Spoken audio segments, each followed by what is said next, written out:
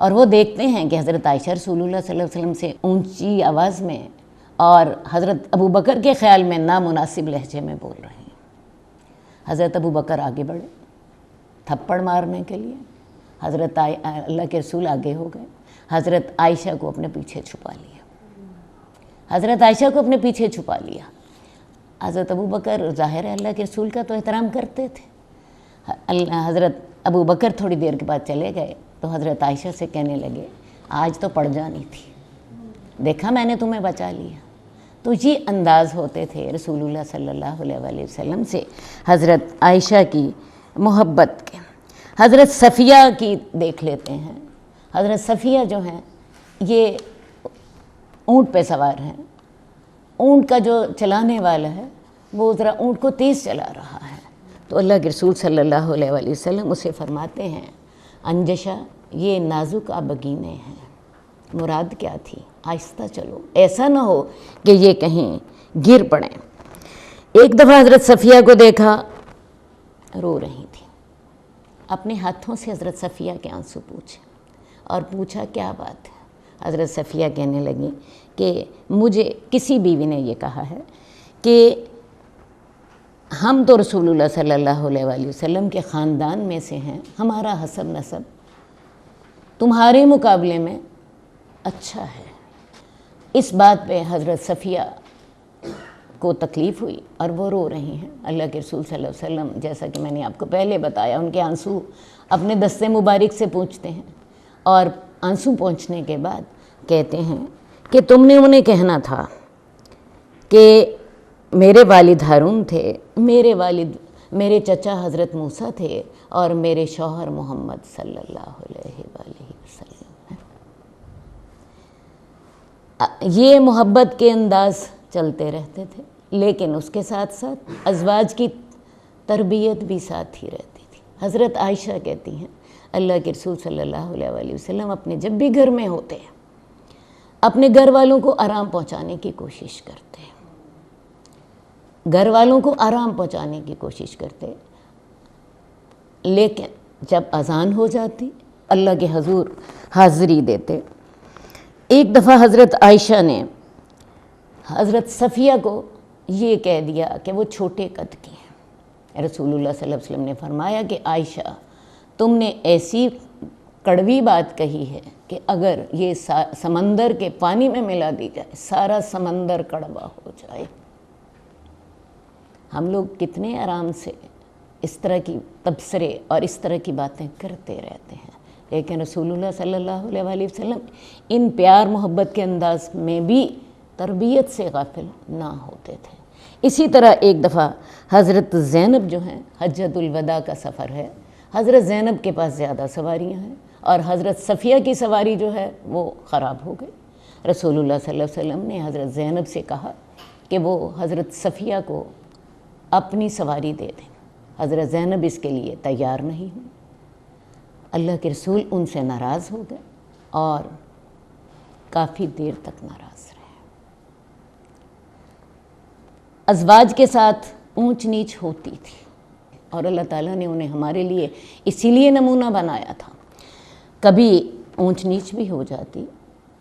رسول اللہ صلی اللہ علیہ وسلم ایک دفعہ ازواج سے ناراض ہو گئے۔ ایک بات اور یاد رکھیے، اس گھر میں ایک خاتون نہیں تھی، اللہ کے رسول کی بہت سی بیویاں، ایک وقت میں 9 بیویاں تھیں۔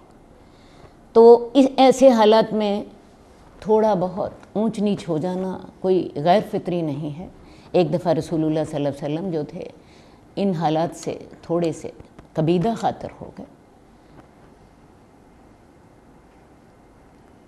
کیونکہ آپ کے اوپر ساری دنیا کی ذمہ داریاں تھیں اور اگر گھر آ کر آپ کو پریشانی کا سامنا کرنا پڑے تو آپ کے لیے یہ بڑا مشکل مسئلہ تھا۔ رسول اللہ صلی اللہ علیہ وسلم نے کیا کیا کہ 1 مہینے کے لیے اپنی ازواج سے علیحدہ ہو گئے، مسجد نبوی کے بالا خانے میں 1 مہینے کے لیے شفٹ ہو گئے۔ 1 مہینے کے بعد ازواج کے پاس دوبارہ چلے گئے۔ اس واقعے کا ذکر قرآن مجید میں بھی ہے۔ میں نے صرف آپ کو یہ واضح کرنا ہے کہ اللہ کے رسول ناراض ہیں، نہ کسی بیوی کو مارا،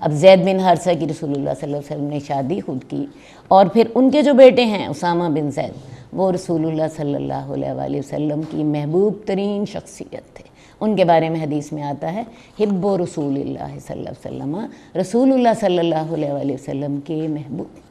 تو یہ آپ کا انداز اپنی ازواج کے ساتھ تھا، یہ آپ کا انداز اپنی اولاد کے ساتھ تھا، یہ آپ کا انداز اپنے نواسوں کے ساتھ تھا، اور یہ آپ کا انداز گھر کے دوسرے رہنے والوں کے ساتھ تھا کہ گھر کے دوسرے رہنے والوں کو آپ اتنی محبت دیتے ہیں کہ وہ اپنے باپ اور اپنے چچا پر اور اپنی آزادی پر، اپنی غلامی کو ترجیح دینے لگ پڑتے ہیں۔ اللہ تعالی ہمیں ایسے ہی اخلاق کی توفیق عطا فرمائے۔ ہمیں ان چیزوں کی اپنے معاشرے میں بہت زیادہ ضرورت ہے، خاص طور پر ہمارے معاشرے میں اپنے جو میاں بیوی کے تعلقات ہیں، اس میں مردوں کو اس حکم پر عمل کرنے کی بہت ضرورت ہے۔ خیارکم خیارکم لأہلہ، تم میں سے بہترین وہ ہے جو اپنے گھر والوں کے لیے بہتر ہے۔ وآخر دعوانا ان الحمد للہ رب العالمین۔ جئنا إلى الدنيا كي ندعو إلى الله، لننشر الخير في الكون الذي حارى، ونرسل العطر من روض الهدى الزاهي، ويشرق السلم أنوارا وأنوارا. جئنا إلى الدنيا كي ندعو إلى الله، لننشر الخير في الكون الذي حارى، ونرسل العطر من روض الهدى الزاهي، ويشرق السلم أنوارا وأنوارا. الله الله الله أكبر، الله الله الله